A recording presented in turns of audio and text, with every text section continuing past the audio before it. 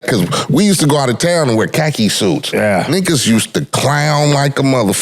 Like, why the f*** y'all wearing janitor suits, nigga? Gangster Chronicles, this is not your average show.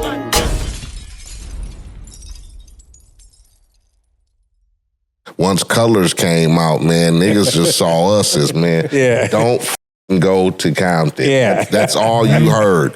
Even when the rap started getting, the music started getting popular, niggas was like, f*** that. Yeah, they was. And Colors was South Central and Watts and shit. But for some reason, man, they just tagged us with it and was like, man, f*** that, man. Well, they out in Compton, it's vicious. So, before the music started, it was crazy. I mean, because people would ask me, man, you walk in Compton? I live there. It's nothing to us, but people thought it was just like Vietnam or something. You know how you hear about Chirac now in Chicago and mother be like, nigga, don't go, nigga. That was like Compton in the early days. It was like, don't go there. But people was very curious about the city, man, when the music started. The other thing that shocked me the first time I went to Compton was how small it is. Yeah. Not knowing from being from Maryland, when I first went out there, I was like, wait a minute, I already drove through Compton? I was on the laundry. I was like, wait a minute. I was like, wait a minute. How did I go through Compton that fast? You start from Dominguez, you go over the hill, you go down the laundry, man, across the tracks, man. Once you get by the airport, man. Oh, yeah. Through that It's just a little bit more after that. Yeah, it is. It's just a little bleep on the back, but a billion. Look at all the talent. Yeah, that's what I was going to say. All the talent, man. It was hooded like a motherfucker. I'm talking about. Like, niggas just don't understand. Like, a lot of motherfuckers was lucky to even be here. And Yella, y'all was crazy as a motherfucker. Cause y'all was going up to skate land and shit like that. Y'all were crazy. That was a total different neighborhood. Y'all was crazy as a motherfucker. Niggas was young and banging back then, and you know that them was because Nickerson's, all that was that was their area. Central, all up and down Rosecrans, them was all where the B-Dog homies was. Yeah. And, you know, in my time of growing up 13, 14, in that serious 83, 84 era, 85, man, you did not go to Skateland or Doodles or none of that. Yeah. Real talk. Because the Eve After Dark, that was right in even Eve After Dark. Yeah, man, please. Lonzo Spot. No. Yeah. You didn't venture. Nah. We didn't Aftons and Nickerson's down there. Yeah, all that. Give a He was one like, nigga, we finna get this music off. Easy would see he was on a mission. He did. Cause I would have been like, hell nah, nigga, we ain't going up. It's so crazy. We didn't have no problems at school. No, y'all didn't. And that was the crazy. Yeah. Everybody knew where Eve was from. Yeah. Oh, yeah. Everybody knew where Ren associated from and all that. And y'all never went through no, like, we had to fight 30 niggas, get them out of here. No. Like, niggas is waiting for us in the parking lot. And I never heard none of them stories. Yeah, no, it wasn't. That's the crazy That's part. because at the time, I guess, niggas was so fascinated with hip-hop, man. Yeah. Like we had a pass. We had a pass. And niggas was representing the hub city. So, like, it, you know what I'm saying? But, yeah, I know niggas was getting a little dirty. So you remember when NWA first hit? Hell yeah. Nigga, that was like it was the gospel to us young niggas. It's because we didn't really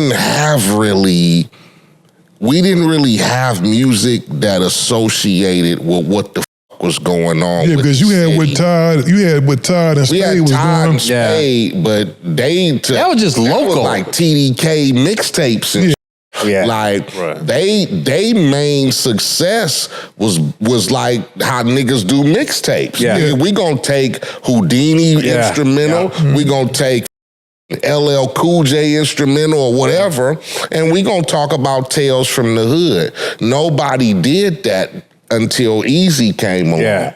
As far as street music.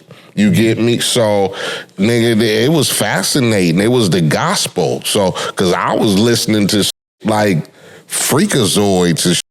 I was listening to the Wrecking Crew. Yeah. We was listening to everything was back east. Egypt, everything. Yeah, all that stuff. Everything was back east. Houdini, Biz Markie, all that type of shit. Treacherous 3, UTFO, Spoonie G, the Fat Boys. Oh, yeah. In the early days, all day. Everything was East Coast. So to hear a nigga come out and say, nigga, the boys in the hood, is when you heard hood, like, you like, nigga, this the hood. Oh, my goodness. So, yeah. But even on Boys in the Hood, Easy said police in a 502. So nobody, what was the reaction to that? They didn't put that together. No, only hood niggas got that because they know you get f***ed with by the police, nigga. We could just be standing in the hood and here they come. There was a few versions made of that record too, wasn't it? Oh yeah, there's multiple. Because because I heard one. I'm not gonna say what it said. We talk about that off the air, but it said some that would have been deemed controversial. It was a little bitty part. I think you know what I'm talking about, right? Really? And I always knew that. And my homeboy, not Tim Dog one. No, not the Tim Dog one. This is for Boys in the Hood. You talk about somebody wrecked this car, right? Yeah. You talk about somebody wrecked this car. He changed that part up a little bit. It became a little bit more commercial. You know what I mean? But we talk about that off camera. Now, you was rolling with E from the beginning.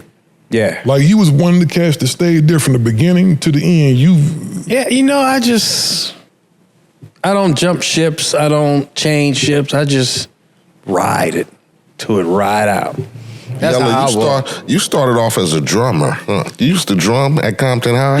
Yeah. I used to drum, then I was the drum major. Yeah. I didn't do all that, the dancing they doing. Nah. Yeah. Count. Man, we do. We throw them big C's up. Yes, indeed. I'm like, that was like motherfucking, like that was that we knew fluting. I knew that floating around in the hood at 13. Yella was a drum major at Compton High. He was hard. Niggas used to talk about it. Really? I mean, man. I mean, well, Compton is small. You hear everything. And then he was right there, and niggas in Trag knew. We was so cool with niggas from the swamps. Oh, okay. Yeah. Heard everything, man. Them was the homies right there. So you was in the swamps and shit, so we heard everything, man. Now, Yella, do you remember the first time you met Easy? Yep. I met him.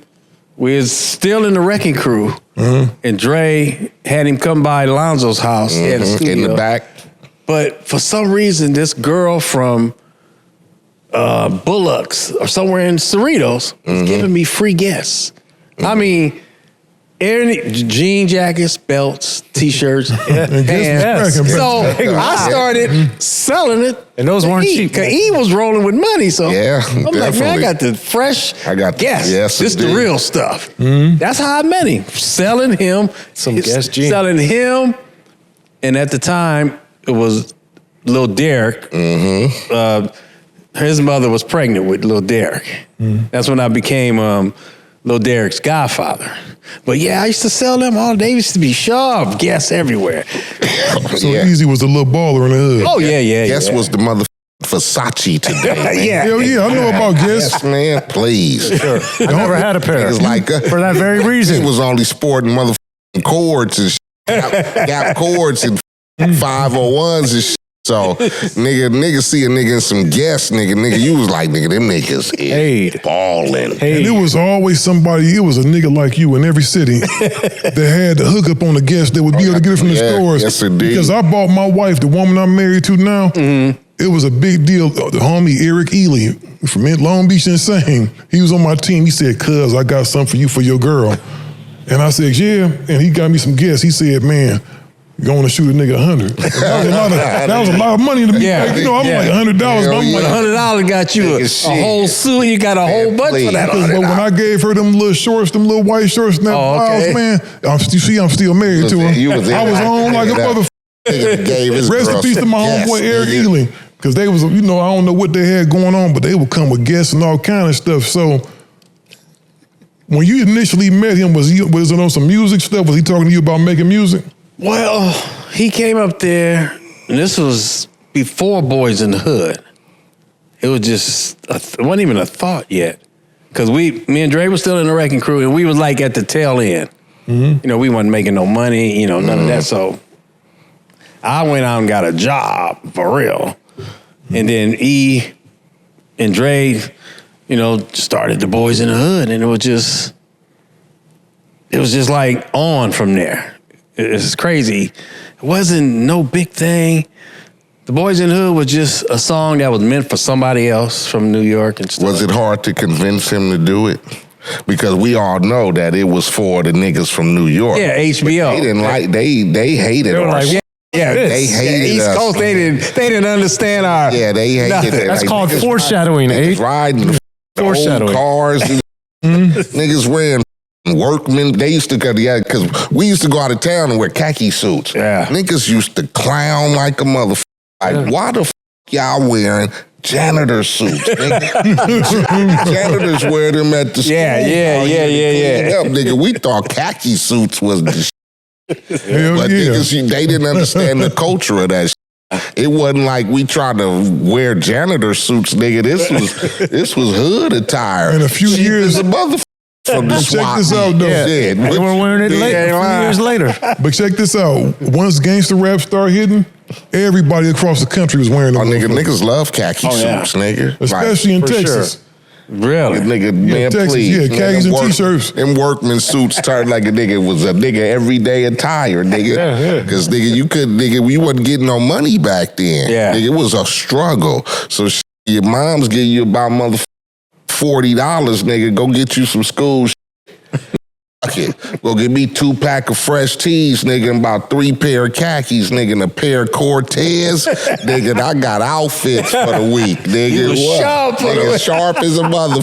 Nigga, please. Hell yeah. Gangster Chronicles, we gon' tell you how it goes. If I lie, my nose will grow like Pinocchio. We gon' tell you the truth and nothing but the truth. Gangster Chronicles, this is not your average show.